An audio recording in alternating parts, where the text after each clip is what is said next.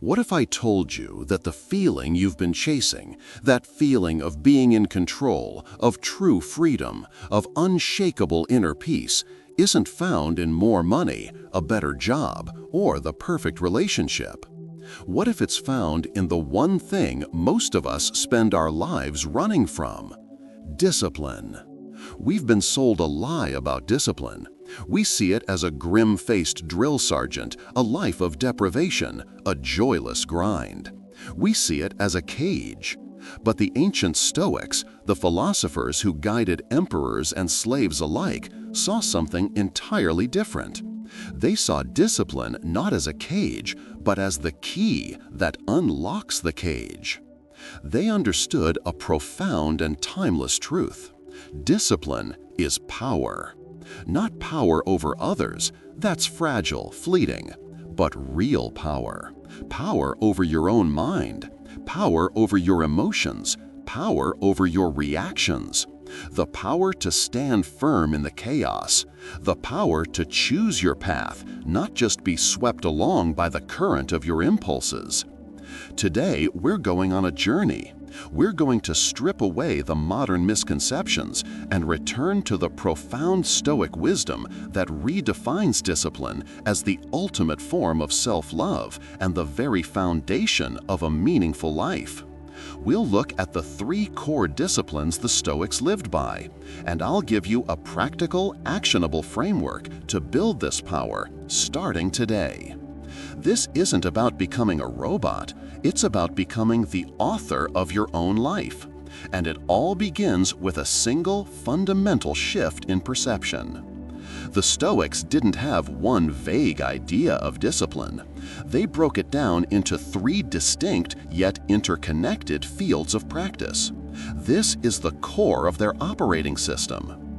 Epictetus, a former slave who became one of the most influential teachers in history, laid it out with stunning clarity. He said, "There are 3 areas in which the person who would be wise and good must be trained. The first has to do with desires and aversions. The second has to do with impulses to act and not to act. The third has to do with freedom from deception and composure and whatever involves assent." Let's translate this from ancient Greek into modern life. First, the discipline of desire. This is about mastering what you want. It's about aligning your desires with what is within your control, specifically with your own virtue and character. Most of our suffering comes from desiring things that are not up to us. A certain outcome, someone else's approval, more wealth, perfect health.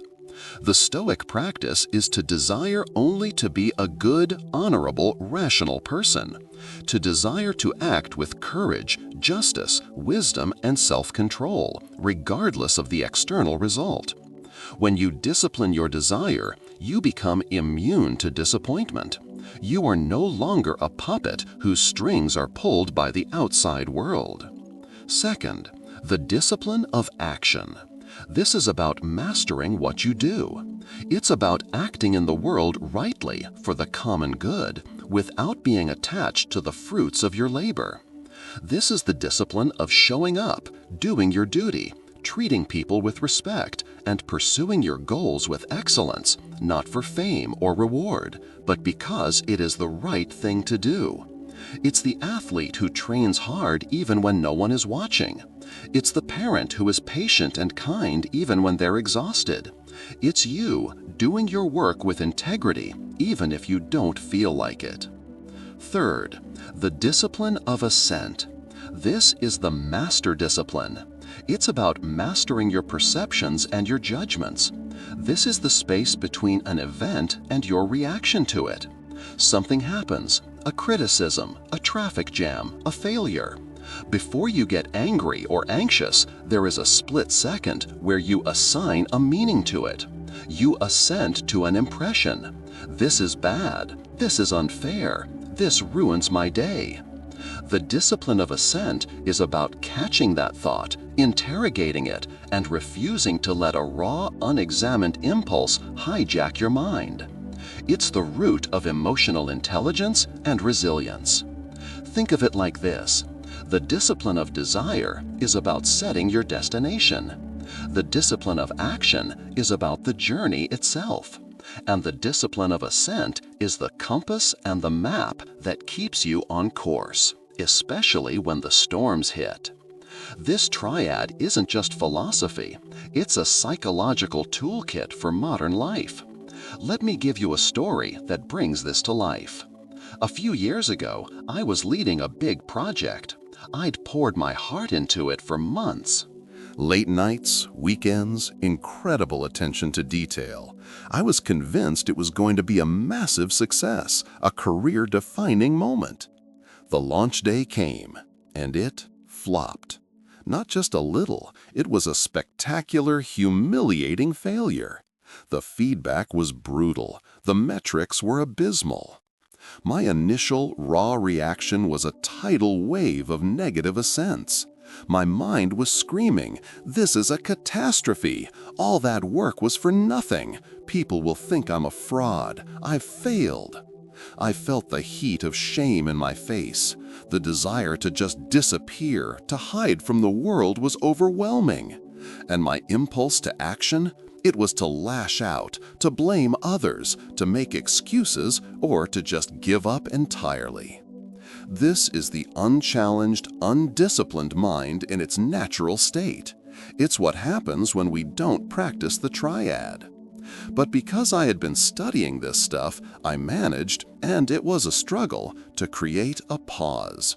I went for a walk. No phone, no music, just me and my thoughts, and the voice of Epictetus in my head.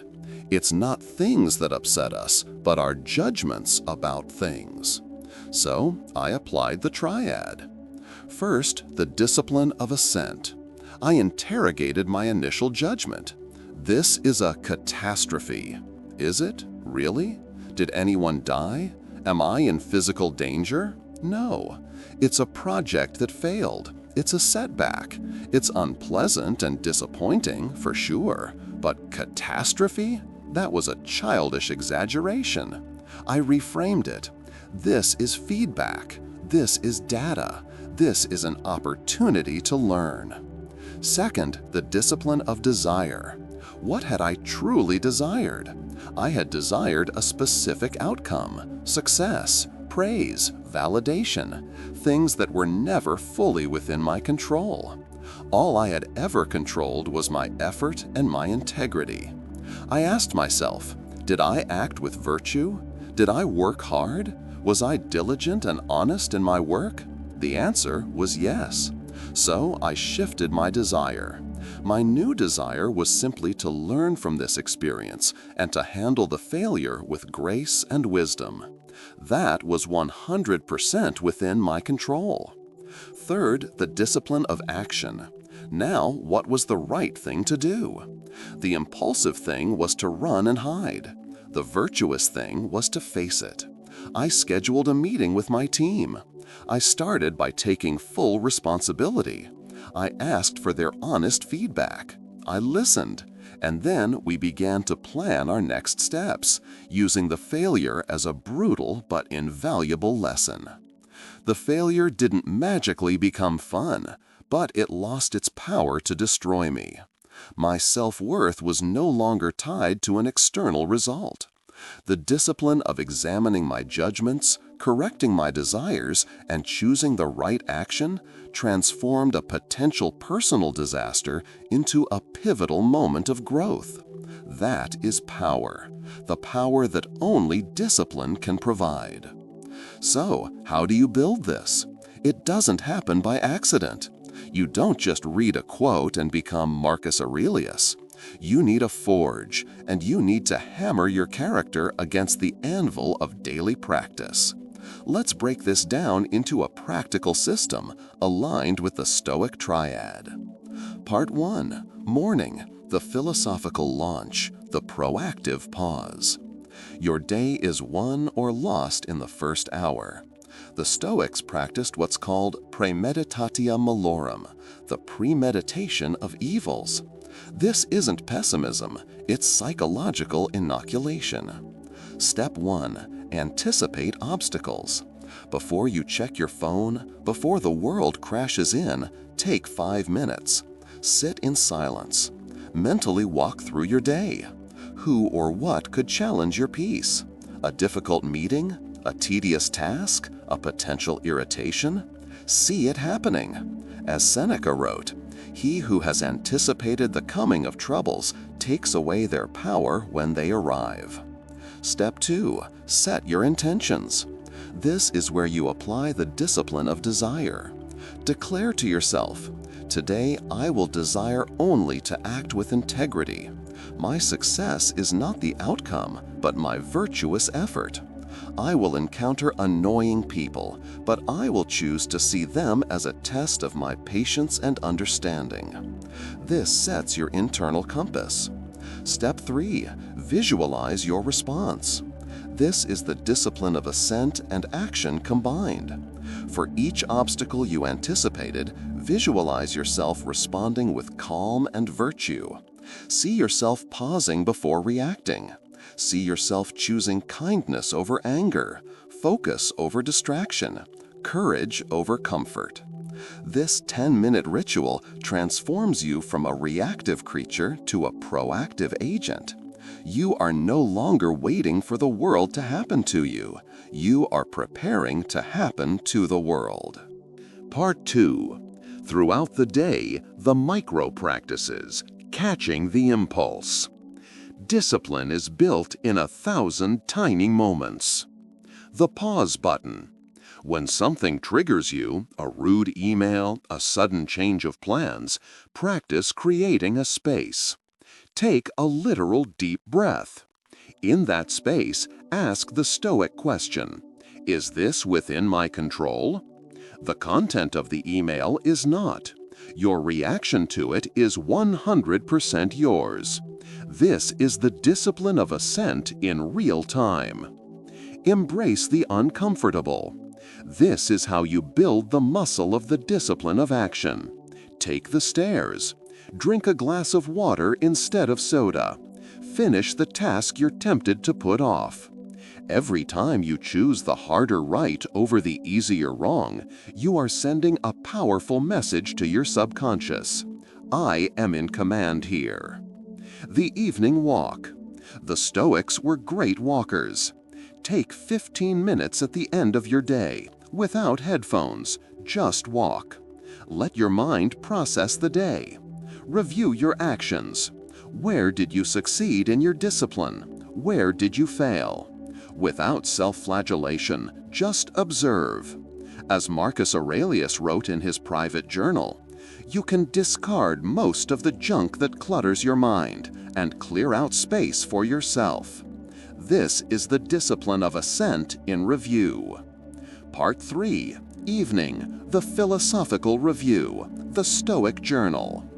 This was the most important practice for Seneca and Marcus Aurelius. Before sleep, take out a notebook. What did I do well today? Acknowledge your victories, no matter how small. You paused before snapping. You finished a hard task.